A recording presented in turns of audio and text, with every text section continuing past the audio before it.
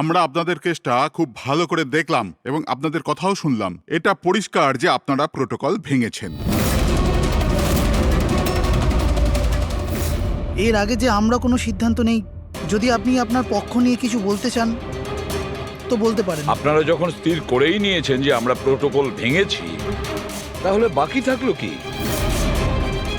আমাদের ঠিক বলবার। দেখুন মিস্টার প্রদ্যুমান, আমাদের মধ্যে কোনো ব্যক্তিগত শত্রুতা নেই। আমরা যা বলছি তার সাক্ষী আছে। আর আমরা সবাই গত 20 বছর ধরে সিআইডিতে কাজ করছি। 20 বছর। এটা হেলাফেলা করিনি আমরা। সিআইডির কাজের জন্য আমরা আমাদের জীবন দিয়ে দিয়েছি। দেখুন, কোনো সময় সিচুয়েশন অনুযায়ী আমাদের ইনস্ট্যান্ট ডিসিশন নিতে হয়, কিন্তু প্রোটোকলের জন্য আমাদের চুপ করে থাকতে হয়। আর তারপরেও সেই অপরাধীকে তার শাস্তি পৌঁছে দিয়েছি। দেখুন, আপনাদের কথা আমরা বুঝতে পারছি, কিন্তু নিয়ম কানুন পালন করাটাও যে জরুরি সেটাও তো আপনারা জানেন। সবসময় নিয়মের উপর ডিপেন্ড করা যায় না স্যার। আমাদের কাজটাই এইরকম, সিচুয়েশন অনুযায়ী আমাদের ইনস্ট্যান্ট ডিসিশন নিতে হয়। আর যেখানে দয়ার প্রসঙ্গ বলছেন আপনারা, সেখানে প্রোটোকল ভাঙার দরকার ছিল, প্রয়োজন ছিল। দয়া একজন সাহসী ইন্সপেক্টর স্যার, সিআইডির জন্য সব কিছু করতে পারে। আমরা কোনোভাবেই ওকে হারাতে চাইছি না। এরপরেও যদি আপনাদের মনে হয় যে আমরা প্রোটোকল ভেঙেছি, তাহলে যে শাস্তি আপনারা দেবেন আমরা অ্যাকসেপ্ট করব।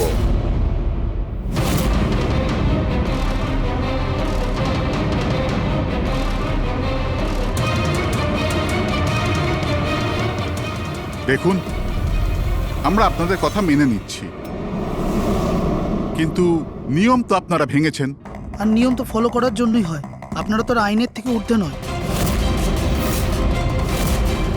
এই জন্য আমরা এই সিদ্ধান্ত নিয়েছি যে আপনাদের টিমটাকে ভাঙা হবে না, আপনারা কন্টিনিউ করতে পারেন। Thank you very much. কিন্তু আজ থেকে আপনাদেরকে মনিটর করা হবে।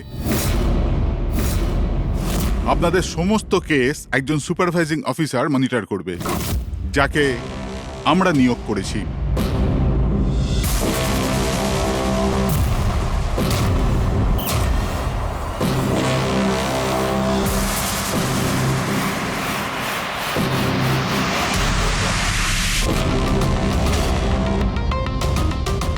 হ্যালো, আমার নাম শীতল।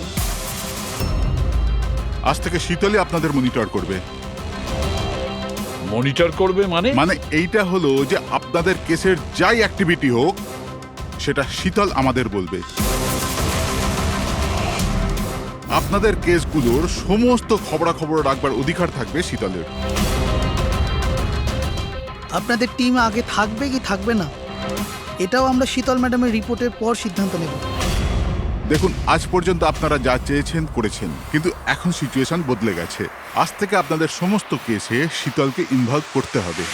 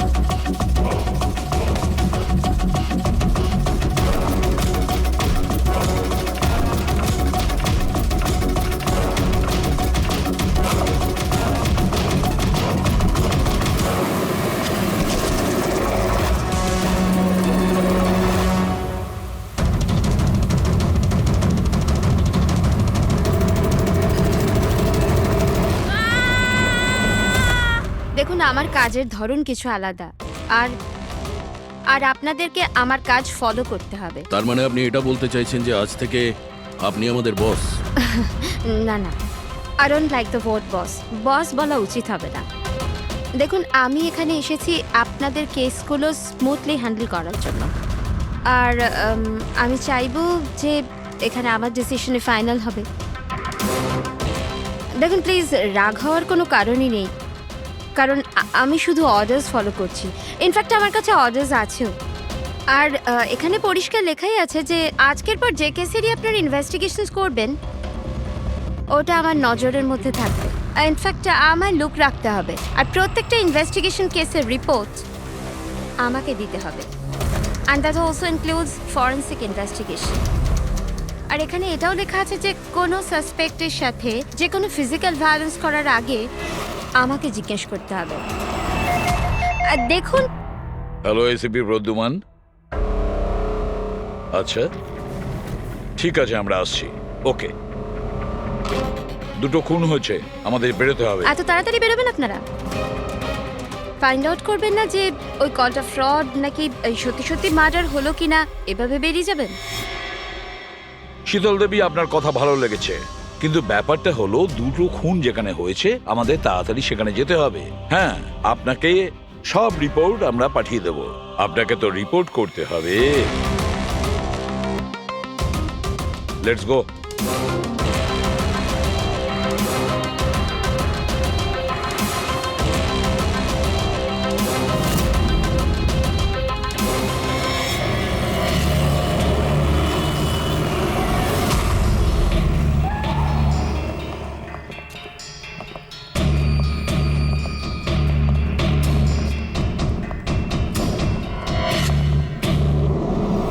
কোথায় খুন হয়েছে জানি না। জানো না? তার মানে আপনারাই ফোন করে বলেছিলেন যে খুন হয়েছে এখানে? দুটো খুন হয়েছে, তাই জন্যই আমি আপনাদের ডেকেছি। দুটো খুন হয়েছে, কিন্তু খুন কোথায় হয়েছে? লাশ দুটো কোথায়? জানি না স্যার, আমি শুধু শুনেছি। কি শুনেছো তুমি? চিৎকার চেঁচামেচির আওয়াজ? না, আমি সব কিছু শুনেছি, দেখেওছি, কিন্তু আমি ওখানে ছিলাম না। স্যার, ও কোনো বাজে স্বপ্ন দেখেছে তাই এই সব কথাবার্তা দেখুন বলছে। ম্যাডাম, স্বপ্ন নয়, আমি খুন হতে দেখেছি। কবে, কখন, কোথায় সেটা আমি জানি না, কারণ আমি ওখানে ছিলামই না। যখন আপনি ওখানে ছিলেনই না, তাহলে আপনি এই খুন হতে দেখলেন কি করে? এই টিউনের মাধ্যমে।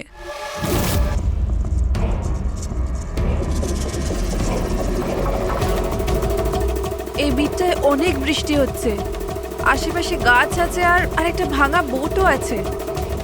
এই এই ড্রামটায় কেউ এই লোকটাকে টেনে নিয়ে যাচ্ছে, আর এই বিটটাতে ওই ওই লোকটা ওকে পাথর দিয়ে মাথায় মারছে। আচ্ছা, তুমি ওদেরকে খুন হতে দেখেছো মিউজিকের পার্ট শুনে? এটা হয়নি তো যে এগুলো তোমার শুনে কিছু ভেবেছো, আন্দাজ করেছো? স্যার, আমি গেস করিনি। এই মিউজিক আমি দেখতে পাচ্ছি। কিন্তু মিউজিকে খুন হতে দেখা কিভাবে সম্ভব? ম্যাম, অনন্যার শরীর খারাপ তাই এরকম কথা বলছে। আপনি কে? স্যার, আমার নাম লতা, আমি এখানকার ম্যাট্রন। আমি ওকে ছোটবেলা থেকে চিনি, যখন থেকে ও অরফেনেজে এসেছে। কি অসুখ হয়েছে অনন্যার? স্যার, ওর সিনেস্থেসিয়া আছে। সেনেথেসিয়া? ম্যাম, একটা কন্ডিশন আছে। নর্মাল কন্ডিশনের মানুষরা মিউজিক শুনতে পায়, কিন্তু এই কন্ডিশনে মানুষ মিউজিক শুনতে শুনতে ভিজুয়ালও দেখতে পায়, আর মিউজিক শুনতে শুনতে ভিডিওর মতো দেখতে পায়। আপনি তার মানে বলতে চাইছেন যে অনন্যা সাউন্ড দেখতে পায়? Yes sir. কি করে? আপনি চোখ বন্ধ করুন আর ইমাজিন করুন ড্রাম বিট শুনতে পাচ্ছেন। নিন, কল্পনা করছি। আপনি কি দেখতে পাচ্ছেন? ড্রাম বিটের আওয়াজ শুনতে পাচ্ছি, কিন্তু আমি কিছু দেখতে পাচ্ছি না। এটা নর্মাল কন্ডিশনে হয়, কিন্তু সিনেস্থেসিয়াতে মানুষ মিউজিকের সাথে নিশ্চয়ই কিছু না কিছু দেখতে পায়। যেমন কিছু মানুষদের দেখতে পায়, রং দেখতে পায়, বা যে কোনো কিছু দেখতে পায়। তার মানে এই মিউজিকের পার্ট শুনে তুমি ওই খুন দুটো হতে দেখেছো? হ্যাঁ।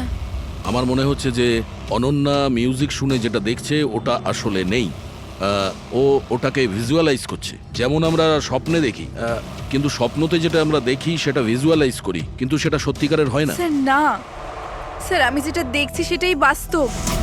যেটা আমি দেখছি সেটা খুব ভয়ঙ্কর, যেন আমি টিভিতে কাউকে মার্ডার হয়ে যেতে দেখছি। আর দুটো আলাদা আলাদা মিউজিকে দুটো আলাদা আলাদা খুন হচ্ছে, একটা পাথর দিয়ে হচ্ছে আর একটা ক্রোবার দিয়ে। আচ্ছা, আর একটা খুনের ব্যাপারে তুমি কিছু বলতে পারবে? খুনটা কোথায় হয়েছে, তার আশেপাশে কোথায় কি ছিল, খুনি কে, কি করছিল?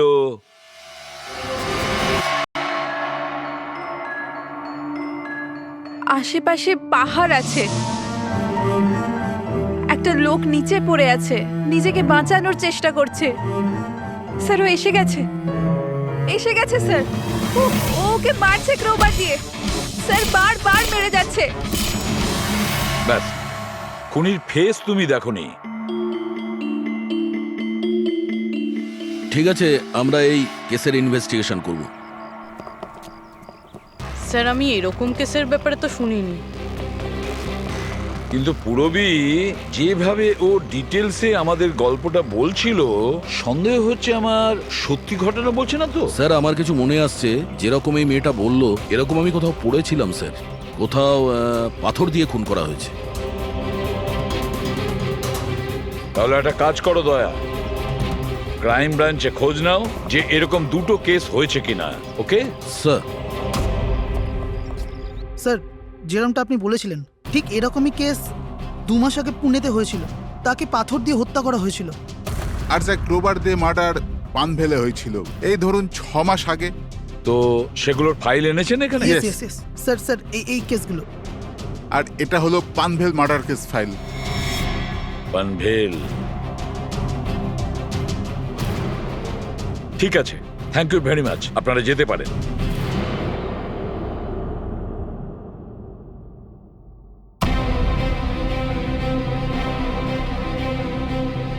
আমি খুন হতে দেখেছি, আশেপাশে গাছ আছে আর একটা ভাঙা বোটও আছে। যেটা ভিজুয়ালে দেখেছিল সেটা একদম হুবহু ওই রকম স্যার। তার মানে ও যা বলছে তার সঙ্গে মিলে যাচ্ছে। অদ্ভুত ব্যাপার স্যার, এই দুটো ঘটনার কথা আজ মিউজিক শুনে অনন্যা ভিজুয়ালাইজ করেছেন, কিন্তু এই দুর্ঘটনা দুটো, একটা 6 মাস আগে আর আরেকটা তো 2 মাস আগে হয়েছে। এটি কিভাবে সম্ভব? যে মেয়েটা এই ক্রাইম সিনে ছিলই না, সে সব কিছু ভিজুয়ালাইজ কি করে করলো? আমি মানি না। আর বাই দ্য ওয়ে, এই সিনেস্থেসিয়া কি? আসলে এটা বোঝানো খুব কঠিন, কিন্তু আমি চেষ্টা করছি বোঝানোর। দেখুন, ব্যাপারটা হচ্ছে যখন আপনি কোনো বিশেষ জিনিসের ঘ্রাণ নেন, তখন তার সঙ্গে জড়িত সমস্ত স্মৃতি আপনার মনে আসে। এটা ধরুন কোনো বিশেষ ব্যক্তি বা কোনো বিশেষ জায়গা, সবকিছু। ধরে নিতে পারেন যে এই গন্ধ এক প্রকার আপনার মেমারিকে ট্রিগার করে, কিন্তু এটা শুধুমাত্র সিনেস্থেসিয়ার কন্ডিশনই হতে পারে। এই কেসে সুগন্ধর জায়গায় কোনো মিউজিকে পেয়ে গেছে। এক্স্যাক্টলি। এবার দেখুন, মেয়েটি একটা বিশেষ ধরনের মিউজিক শুনেছে। ওই মিউজিকটার একটা বিশেষ জায়গায় একটা বিশেষ ধরনের প্রিলিউড ব্যবহার করা হয়েছে, যেটা ওকে একটা গাছের স্মৃতি মনে করিয়ে দেয়। আর আরেকটা ইনস্ট্রুমেন্টেও লোকটাকে দেখেছিল। এক্স্যাক্টলি। বাস আমার মনে হয় খুনি এই খুনের ঘটনাটাকে কোনো বিশেষ পদ্ধতিতে মিউজিকে কনভার্ট করেছে। মানে হচ্ছে যখন মিউজিক বাজে তখন ওই ঘটনার সঙ্গে জড়িত সমস্ত জিনিস, সমস্ত জায়গা স্মৃতিকে আলোড়িত করে। কিন্তু এই সমস্ত কিছু সেই ভিজুয়ালাইজ করতে পারে যার সিনেস্থেসিয়া রোগ আছে, অন্য কেউ নয়। আর এটাই ওই অরফানেজের মেট্রনও বলেছে। আপনাদের কাছে এইসব কিছু অদ্ভুত লাগছে না? যাই হোক, কেস সলভ করা আমাদের কাজ। স্যার হতে পারে এই খুনিরও এই সিনেস্থেসিয়ার অসুখ আছে, আর ওই এই মিউজিক রেকর্ড করেছে, কারণ এই মার্ডার আর ক্রাইম সিনের ব্যাপারে ওই জানে। কিন্তু জানতে কি করে পারবো যে এই মিউজিকটা কম্পোজ করে ইন্টারনেটে কে আপলোড করলো? আর সেটা খুঁজবই বা কি করে স্যার? ফেডরিক, ইন্টারনেট খোলো, দেখো ইন্টারনেটে এই পার্টিকুলার মিউজিক পিসগুলো যেগুলো দুটো কেসে আছে সেগুলো কোথাও আছে কিনা।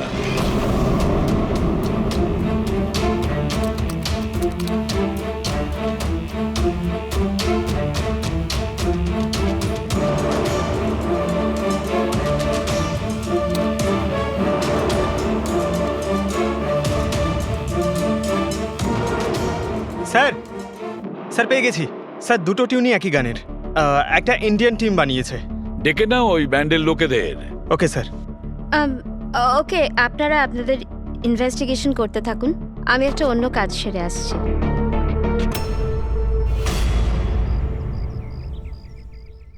অনন্যা, আমার নাম শীতল। আমার তোমার সাথে কিছু কথা বলার ছিল। আমরা কি কথা বলতে পারি? অনন্যা,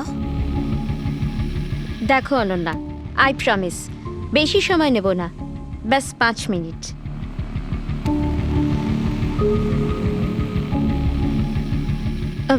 ও কিছু বলছে না কেন? ম্যাম ওই খুব ভয় পেয়ে আছে। ওই ঘটনাটা ওর মাথায় খুব প্রভাব ফেলেছে। ও নর্মাল হতে কিছুটা সময় লাগবে। ওকে। আমার অনন্যার ব্যাপারে এখানে লোকের সাথে কিছু কথা বলতে হবে। পসিবল? হ্যাঁ প্লিজ। মিউজিক টিউন থেকে খুন? এটা কিভাবে সম্ভব স্যার? পসিবল আছে। সিনেস্থেসিয়ার একজন পেশেন্ট তোমার এই মিউজিক পিস শুনে একটা খুনের ব্যাপারে ভিজুয়ালাইজ করেছে, বুঝেছো? তোমার ওই মিউজিক পিসে কোনো খুনের রহস্য লুকিয়ে আছে। আর আমাদের মনে হচ্ছে খুনি সেই যে এই টিউন বানিয়েছে। আমরা খুন করিনি। আর আর সত্যিটাই হলো যে এই টিউন আমরা কম্পোজই করিনি। এই টিউন আমরা ফ্রি সাইট থেকে ডাউনলোড করেছিলাম। কোন সাইট থেকে ডাউনলোড করেছিলে দেখাও। দেখুন স্যার, এই দেখুন স্যার। স্যার এই টিউনটা আমাদের পছন্দ হয় তাই ডাউনলোড করে আমরা গানে দিয়ে দিই। কে আপলোড করেছিল এই টিউনটা? স্যার এটা অজ্ঞাত, অ্যানোনিমাস। অজ্ঞাত? আমাদের সেই অজ্ঞাতকে খুঁজতে হবে। ম্যাম ও আমাদের স্টাফ। ও হলো পূজা, ও হলো রমেশ, ও আরতি। এমনিতে ও এনজিওতে কাজ করে, কিন্তু আমাদের এখানে প্রায় আসা যাওয়া করে। আপনাদের কিছু বলার ছিল অ্যাকচুয়ালি অনন্যার ব্যাপারে। আপনারা কি অনন্যার ব্যাপারে কিছু বলতে পারেন আমার? যেমন ও কোথা থেকে এসেছিল, কবে এসেছিল, আর ওভারঅল অরফানেজে অনন্যার ব্যবহার কেমন? অনন্যা খুবই অদ্ভুত মেয়ে, সব সময় যেন ডিস্টার্ব থাকে। ও এখানে কবে এসেছিল? ছোটবেলা থেকেই, কিন্তু ওকে ভিন্ন ভিন্ন দুবার লোকে অ্যাডপ্ট করেছিল, কিন্তু জানি না কেন কিছুদিন রাখার পর আবার এখানে এসে ফিরিয়ে দেয়। কেন? এর কারণ? নিশ্চয়ই ওর খারাপ ব্যবহারের জন্য, ওর মাঝে মাঝে ঝগড়া করার জন্য, মাঝে মাঝে ভায়োলেন্ট হয়ে যেত। ব্যাস এই অভ্যেসটা ওর ছোটবেলা থেকেই ছিল। কি ভুলভাল বলছো তুমি? অনন্যা এমন নয়, এসব ভুল বলছে।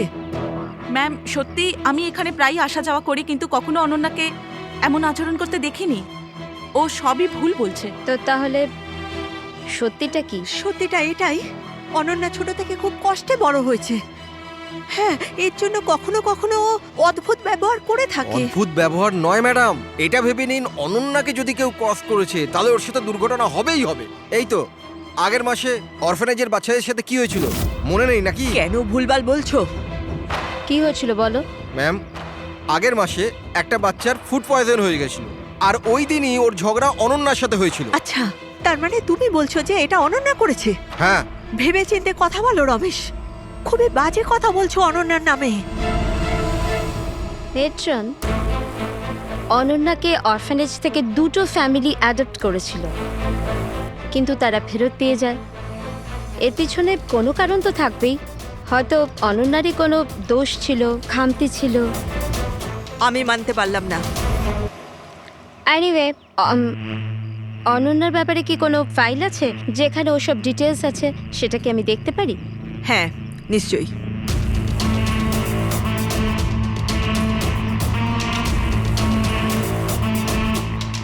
এই নিন।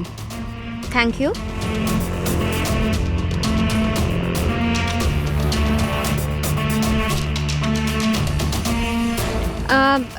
থ্যাংক ইউ মেট্রন, কিন্তু আমাকে এখনই বেরোতে হবে। আচ্ছা, আমি এই ফাইলটা কদিন বাদে ফেরত দিলে কি চলবে? হ্যাঁ।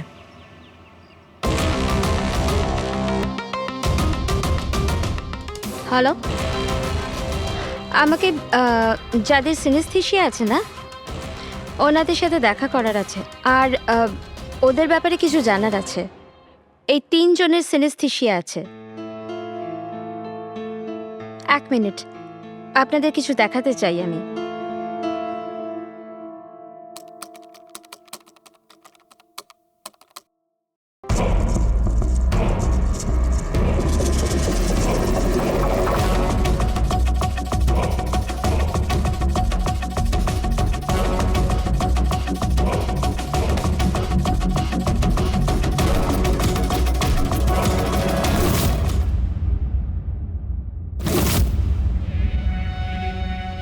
এখন আপনি বলুন, আপনি এই টিউনটা শুনে কি ভিজুয়ালাইজ করলেন? ম্যাম আমি একটা বড় ঘাস ভর্তি মাঠ দেখলাম, সেখানে গরু ঘাস খাচ্ছিল আর সূর্য পরিষ্কার দেখা যাচ্ছিল। আমি একটা নদী দেখলাম, ওখানে নৌকো ছিল আর আমি দেখলাম কিছুজন আগুন জ্বালিয়ে বসেছিল। ইন্টারেস্টিং। চলুন আপনাদের মধ্যে আপনি বলুন, আপনি কি দেখলেন? শহর শহর দেখেছি আমি, ওই ভিড়ভাট্টার জায়গা আর উঁচু উঁচু বিল্ডিং আর ওগুলোর উপর বিজ্ঞাপনের লাইট লাগানো। ইন্টারেস্টিং। 3 different interpretations. ভালোই হলো, আপনারা দেখলেনও আর নিজেদের কানে শুনলেনও। 3 জন যাদের সিনেস্থেশিয়া আছে তারা একই টিউন শুনেছিল, কিন্তু 3টে আলাদা ভিজুয়ালস দেখলো। আর ওই মিউজিক শুনে খুন হতে দেখেছে। এক্স্যাক্টলি। দুনিয়াতে একজনই মানুষ আছে যে এই মিউজিক টিউনটাকে খুন দিয়ে ইন্টারপ্রেট করেছে। কে? খুনি নিজেই। আর ওই খুনি আর কেউ নয়, অনন্যা। হোয়াট? এটা আপনি কি বলছেন? ওই মেয়েটা নির্দোষ? দেখুন এসিপি স্যার, কেস প্রমাণ দিয়ে সলভ করা হয়, ভাবনা দিয়ে নয়। আর আমি ভাবনায় বয়ে যাওয়ার ভুল করিনি। আমি অরফানেজে গিয়েছিলাম আর ওখানে গিয়ে জানতে পারলাম যে অনন্যাকে 2টো ফ্যামিলি অ্যাডাপ্ট করেছিল, কিন্তু ব্যাস কদিন পরেই 2টো ফ্যামিলি অনন্যাকে অরফানেজে দিয়ে গিয়েছিল। আর ওই 2 জন লোক ওখানেই ছিল যাদের মার্ডার হয়েছিল আর যারা অনন্যাকে অ্যাডাপ্ট করেছিল।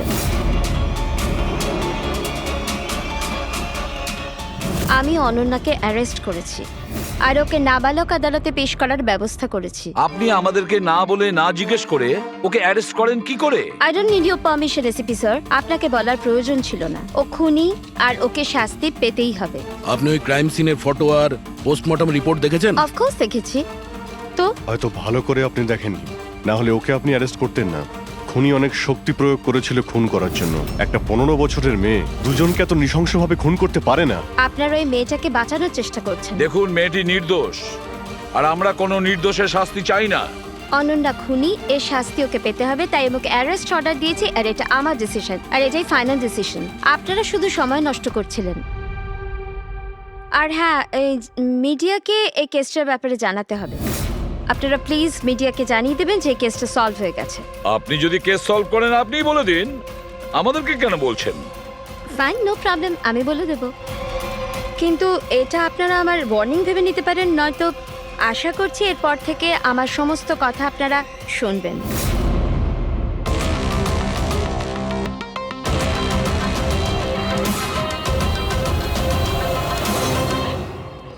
আপনারা এটা জেনে খুবই খুশি হবেন যে এই কেসটা সলভ হয়ে গেছে। ম্যাম, কে খুনি? খুনি একটা 16 বছরের মেয়ে যার নাম অনন্যা। বেশ কিছুদিন ধরেও আমাদের সবাইকে বোকা বানিয়ে দিব্যি ঘুরছিল, কিন্তু আমি ওকে অ্যারেস্ট করে নিয়েছি। ম্যাম, এই কেসটা অনেক পুরনো না? হ্যাঁ, এই কেস বেশ পুরনো ছিল। ইনফ্যাক্ট বেশ কিছুদিন ধরে ওটা ক্রাইম ব্রাঞ্চের খরচের খাতায় পড়েছিল, কিন্তু সিআইডি যখনই টেক ওভার করলো 24 ঘন্টায় কেস সলভ। তো ম্যাম, আপনিও সিআইডির একজন? আগে হ্যাঁ, আমি আজই সিআইডি টিম জয়েন করেছি অ্যাজ দ্য সুপারভাইজার। আর জয়েন করতেই একদিনে কেস সলভ হয়ে গেল। যদি এই কেস অনেক সময় থেকে ঠান্ডা হয়েছিল, সিআইডি তাহলে কেন টেক ওভার করেনি এটাকে? কারণ এই টিমে আগে আমি ছিলাম না, এই জন্যে। কিন্তু ম্যাম, অন্য অনেকে তো ছিল টিমে। হ্যাঁ, এনারা প্রায় 20 বছর ধরে আছেন আর মামলা তদন্ত করতেই থাকেন, কিন্তু আসলে ওনারা কখনো কখনো ভাবুক হয়ে যান। আর কোনো কেসে ভাবুক হওয়া মানে ইনভেস্টিগেশন থেমে যায়। ইনভেস্টিগেশনের জন্য কেবল লজিকের দরকার, যেটা আমি করেছি, আর কেস সলভ হয়ে গেছে। 1 মিনিট, আমি আপনাদের ভুল ধারণা শুধরে দিচ্ছি। আসলে এই কেসটা এখনো পুরো সলভ হয়নি। হয়নি? এই তো একটু আগে বললো যে কেস সলভ হয়ে গেছে। স্যার স্যার, এই কেসে আর কি বেঁচে আছে? খুনি তো ধরা পড়ে গেছে। একদমই না, খুনিকে আমরা এখনো ধরতে পারিনি। কিন্তু ম্যাডাম তো বলছেন যে খুনি ওই মেয়েটাই। এরকম ম্যাডামের মনে হচ্ছে। আমাদের ইনভেস্টিগেশনের হিসেবে হয়তো ওই মেয়েটা নির্দোষ। স্যার, তাহলে আসল খুনি কে? ইনভেস্টিগেশন চলছে, খুব তাড়াতাড়ি আপনাদের সামনে সত্যিটা চলে আসবে। I am sorry, no more questions. সময় নেই আর। Thank you so much for coming. Thank you. আপনাদের সাহস কিভাবে হয় এই মিডিয়ার সামনে আমাকে ইনসাল্ট করার? আপনাদের এই ব্যবহারটা আমি দেখে নিলাম, and trust me, there will be consequences. খুব দ্রুত আমাদের খুনিকে ধরতে হবে, না হলে শীতল পদে পদে আমাদের বাধা দেওয়ার চেষ্টা করবে। অভিজিৎ, প্রথমে এটা খোঁজ নিয়ে দেখতে হবে যে ও যে সময় খুন হয়েছিল তখন ও কোথায় ছিল। আমাদের একটা টিম পুনে পাঠাতে হবে এই কেসটাকে তদন্ত করার জন্য, আর আরেকটা টিম পাঠাতে হবে পানভেলে। আপনারা এটা জেনে খুবই খুশি হবেন যে এই কেসটা সলভ হয়ে গেছে। খুনি একটা 16 বছরের মেয়ে। ইনফ্যাক্ট বেশ কিছুদিন ধরে ওটা ক্রাইম ব্রাঞ্চের খরচের খাতায় পড়েছিল, কিন্তু সিআইডি যখনই টেক ওভার করলো 24 ঘন্টায় কেস সলভ।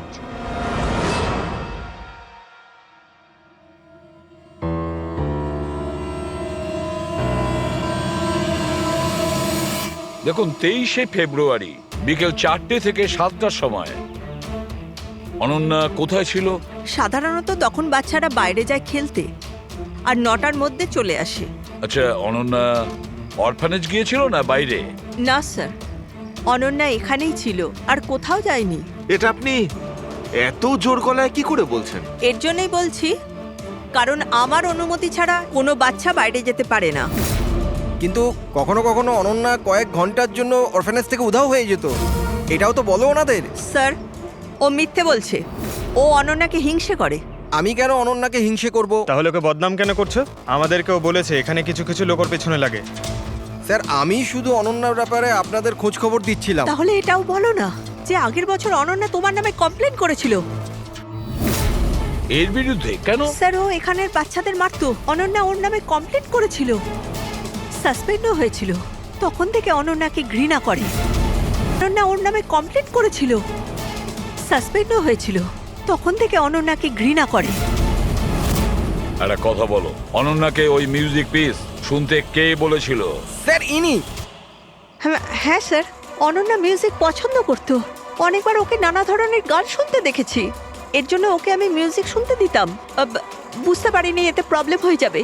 আচ্ছা, আপনাদের মধ্যে কি কেউ মিউজিক ইনস্ট্রুমেন্টস বাজাতে জানেন? স্যার, আমি পিয়ানো বাজাতাম। স্যার, আমিও পিয়ানো বাজাই। আচ্ছা, একটা কথা বলুন, যেদিন পুনেতে খুন হয়েছিল সেদিন আপনারা কোথায় ছিলেন? আমরা সব বাচ্চাদের নিয়ে পুনা গিয়েছিলাম। সেদিন আপনারা সবাই পুনাতে ছিলেন? কি ছিল ওখানে? ওখানে একটা ইভেন্ট ছিল, তাই। স্যার, হ্যাঁ, এরা প্রত্যেকে সাধু সাজার নাটক করছে। একটা কাজ করি আমরা, এদের প্রত্যেকের কম্পিউটার চেক করো, দেখো কে এই মিউজিক পিস বানিয়েছে আর আপলোড করেছিল। কারণ যে এই মিউজিক পিস বানিয়ে আপলোড করেছে না, সেই খুনি হতে পারে।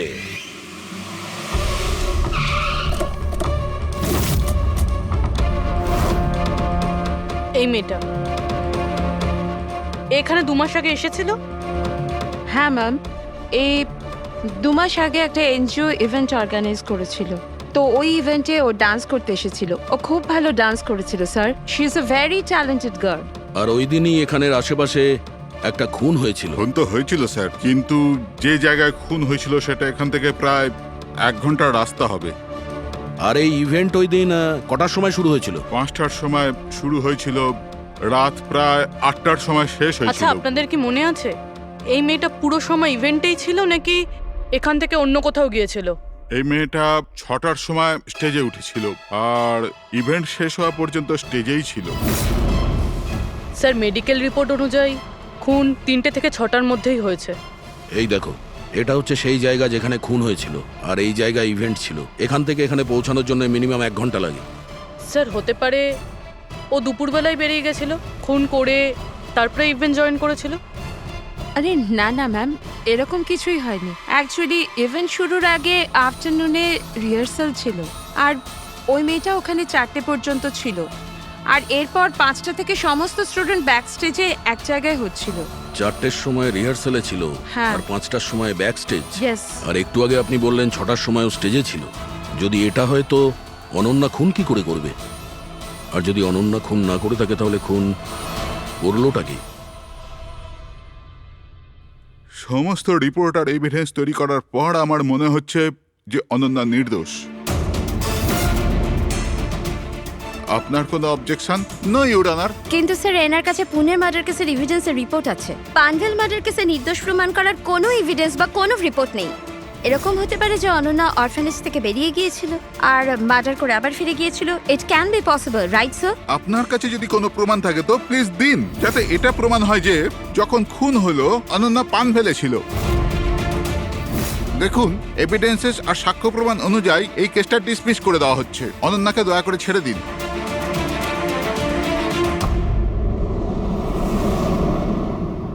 হ্যাঁ শালুকে, কি জানতে পারলে? হ্যাঁ বস, বস ধরে নাও এই কেসটা সলভ হয়ে গেছে। শীতল আমাদের ডেমনস্ট্রেট করে দেখিয়েছিল যে সিনিস্থেসিয়ার দুটো আলাদা আলাদা রোগী একই ধরনের মিউজিক শোনার পরে আলাদা আলাদা ইন্টারপ্রিট করে থাকে। হ্যাঁ বস, আমি আমার বন্ধুর থেকে সবকিছু জেনেছি, যে এই ব্যাপারে এক্সপার্ট। ও আমাকে অন্য কথা বলল। নতুন কি আপনি জানতে পেরেছেন? এমন দুজন ব্যক্তি যারা সিনিস্থেসিয়ারই পেশেন্ট, এক ধরনের মিউজিক শোনার পরেও একই ধরনের রিয়্যাক্ট করে। এটা কিভাবে হতে পারে স্যার? হতেই পারে পুরবি, যদি দুজন রোগীর মধ্যে রক্তের সম্পর্ক থাকে তাহলে হতে পারে। ও শীতল যা বলেছিল সেটাও ঠিক ছিল, কিন্তু সম্পূর্ণভাবে ঠিক ছিল না। কিছু রেয়ার কেসে এরকমটা হয়, যেমন আমার বন্ধু বলেছে। হ্যাঁ, কিন্তু দুজন রোগী যদি একই পরিবারের হয় তবে কাকা, জ্যাঠা বা ভাইও হতে পারে। না না, ইমিডিয়েট ফ্যামিলি মেম্বারই হতে হবে, যেরকম মা বাবা, ভাই বোন। তা কেন? সেটা এই কারণে ফ্রেডি, কারণ এটা একটা জেনেটিক অসুখ। বাস মেডিকেল জার্নাল থেকে আমি এরকম কিছু আর্টিকেল বার করছি, এসব তোমাকে দেখাচ্ছি। আরো কেউ আছে যে অনন্যার মতো ওই দুটো মিউজিক পিসের ওপর একই ভিজুয়াল দেখতে পায়, যেটা অনন্যাও দেখে? আমি আপনাদের কি করে ধন্যবাদ জানাবো? আপনারা আমায় জেল যাওয়া থেকে বাঁচালেন। আমরা শুধুমাত্র সেটাই করেছি যেটা আমাদের ডিউটি, অপরাধীদের জেলের ভেতরে আর নিরপরাধীদের মুক্তি। কিন্তু আসামিটা কে? তোমার কোনো আত্মীয়। আমার ফ্যামিলি মেম্বার? হ্যাঁ অনন্যা, কারণ তোমার কাছে যে ধরনের ভিজুয়ালস এসছে সেই ধরনের ভিজুয়ালস তার কাছেই যেতে পারে যার সঙ্গে তোমার রক্তের সম্পর্ক আছে, আর সেই এই ধরনের মিউজিক বানিয়েছে। কিন্তু স্যার, আমার ফ্যামিলি মেম্বার কি করে হতে পারে? আমি তো অনাথ, না? আছে কেউ যাকে তুমি চেনো না? তাহলে জানতেও চাই না। ছোট থেকে আমার স্বপ্ন ছিল যে আমার পরিবারের সবাই আসবে আর আমায় এসে নিয়ে যাবে, আমরা একসাথে আনন্দে থাকবো। আর আপনারা বলছেন ও কোনো খুনি? আমরা তোমাকে শুধু সেটাই বলছি যেটা সত্যি। অনন্যার নামের প্যাকেজ এসেছে, দরজার বাইরে রাখা ছিল।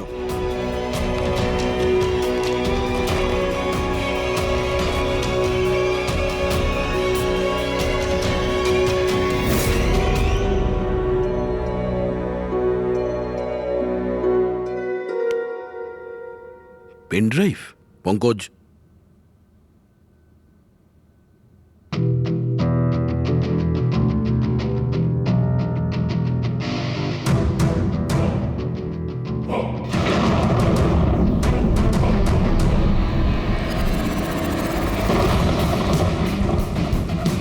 আমি বাড়ি দেখতে পাচ্ছি, খুব বিদ্যুৎ চমকাচ্ছে।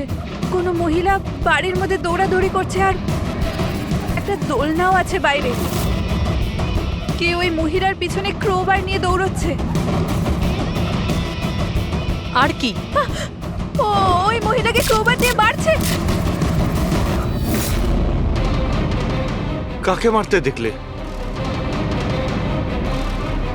জানি না স্যার, এটা তো একটা চিঠিও আছে। আনিয়া, এটা তোমার ভবিষ্যৎ।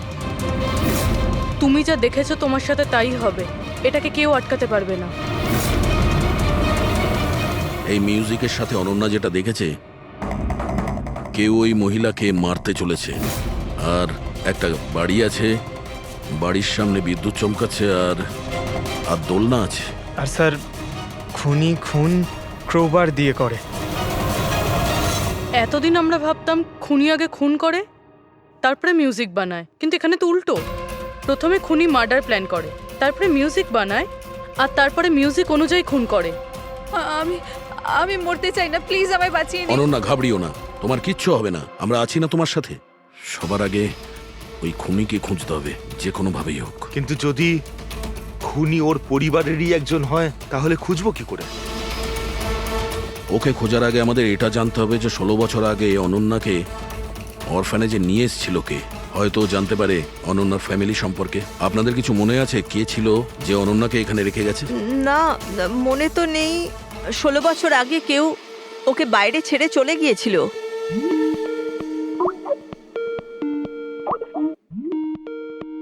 শীতল ম্যাডামের ফোন, ভিডিও কল করছে। হ্যালো, আমি বাস এটাই বলার জন্য ফোন করলাম যে ওই মেয়েটাই খুনি। সময় নষ্ট করবেন না আপনারা, প্লিজ ওকে গ্রেপ্তার করুন। শীতল ম্যাডাম, কোর্ট তার সিদ্ধান্ত জানিয়ে দিয়েছে। আর কোর্টের কি সিদ্ধান্ত সেটা আপনিও শুনেছেন। এই কোর্টের চক্করে আপনারা সময় নষ্ট করছেন। প্লিজ আপনারা ভুল, আর আপনাদের এটা মেনে নিতেই হবে। স্যার, স্যার এটা সেই বাড়ি। ওই বাড়ি? কোন বাড়ি? আমি এই মাত্র যেটা দেখলাম, ওই যেখানে খুন হতে চলেছে, ওই গাছ, দোলনা, এটাই ছিল স্যার। কোন জায়গার কথা বলছে মেয়েটা? শীতল ম্যাডাম, এখন আপনি কোথায় আছেন? আমি এখন আমার বাড়ির বাইরে। আর কোথায় থাকবো? আপনার প্রাণের সংশয় আছে। কি বলছেন আপনি অফিসার? আমার প্রাণ বিপদে, আমাকে কে মারবে? দেখুন শীতল ম্যাডাম, উনি আপনাকে মারার জন্য মিউজিক কম্পোজ করেছে, যেটাও আমাদের পাঠিয়েছে। আর ওই মিউজিকের হিসাবে আপনার ঘরের কি লোকেশন। বাচ্চাদের মতো কথা বলছেন অফিসার? আমাকে ভয় পাওয়ানোর জন্য সব করছেন না, আর আমি ভয় পাচ্ছি না। আর আমাকে সব বলছেন আপনাদের কেসের পথে আমি বাধা দেই। শীতল ম্যাডাম, এই ব্যাপারে আমরা পরেও কথা বলতে পারবো। আমার কথা মন দিয়ে শুনুন। আপনি ইমিডিয়েট বাড়ির ভেতরে যান আর দরজা জানলা সব বন্ধ করুন। আর আমরা যতক্ষণ না ওখানে পৌঁছই, আপনি কারোর কথায় দরজা খুলবেন না। মানে? আমি আপনাকে পরে বোঝাবো। এখন আমি আপনাকে যেটা বললাম সেটা করুন।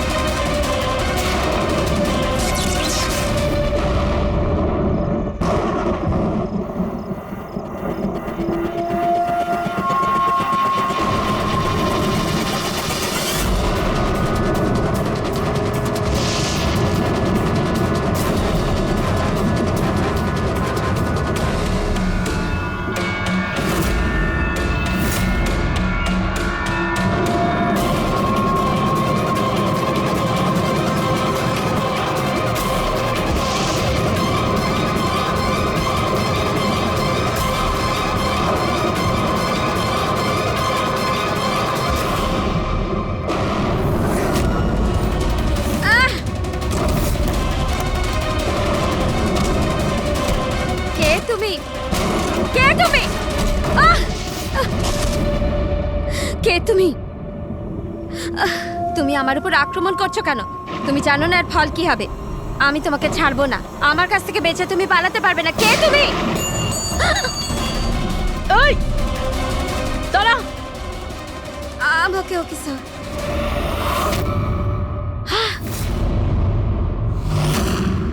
আরতি, তুমি? স্যার আমিও পিয়ানো বাজাই। শীতল ম্যাডাম, আমরা আপনাকে আগেও বলেছিলাম অনন্যা খুনি নয়। আই এম সরি স্যার, আমার আপনাদের কথা বোঝা উচিত ছিল। আমি আমার মতো করে ইনভেস্টিগেশন করেছিলাম, আর আপনারা আপনাদের মতন। আমরা দুজনেই আমাদের ডিউটি করেছিলাম অফিসার। ট্রাস্ট মি, আমার ক্যারিয়ারে প্রথম হলো যে আমার জাজমেন্ট ভুল হলো। ওটা ঠিক আছে, আপনার মাথায় আঘাত না লেগেছে। না না, আই এম ওকে। ফ্রেডি, অ্যাম্বুলেন্সকে ফোন করো তাড়াতাড়ি।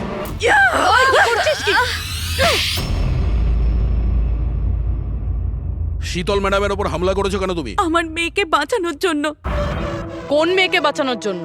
অনন্যাকে। অনন্যা আমার মেয়ে হয়। শীতল তাকে জেলে পাঠাতে চলেছিল, এই জন্য আমি ওকে শিক্ষা দিতে চেয়েছিলাম। আর খুন কেন করেছো? 17 বছর আগে যখন আমি প্রেগনেন্ট ছিলাম, আমার স্বামী আমাকে মানসিক হসপিটালে পৌঁছে দিয়েছিল। কারণ আমি মানসিকভাবে অসুস্থ ছিলাম। ওখানে আমি 15 বছর ছিলাম। কিন্তু কিন্তু কি? কিন্তু আমার স্বামী আমার মমতার গলা টিপে দিয়েছিল। কি করে? অনন্যা ওখানেই জন্মেছিল, কিন্তু ওকে আমার কাছ থেকে ছিনিয়ে নিয়েছিল। 15 বছর পর আমি বাইরে এলাম, তখন আমি জানতে পেরেছিলাম যে আমার স্বামী মারা গেছে, কিন্তু অনন্যা কোথায় আছে আমি জানতাম না।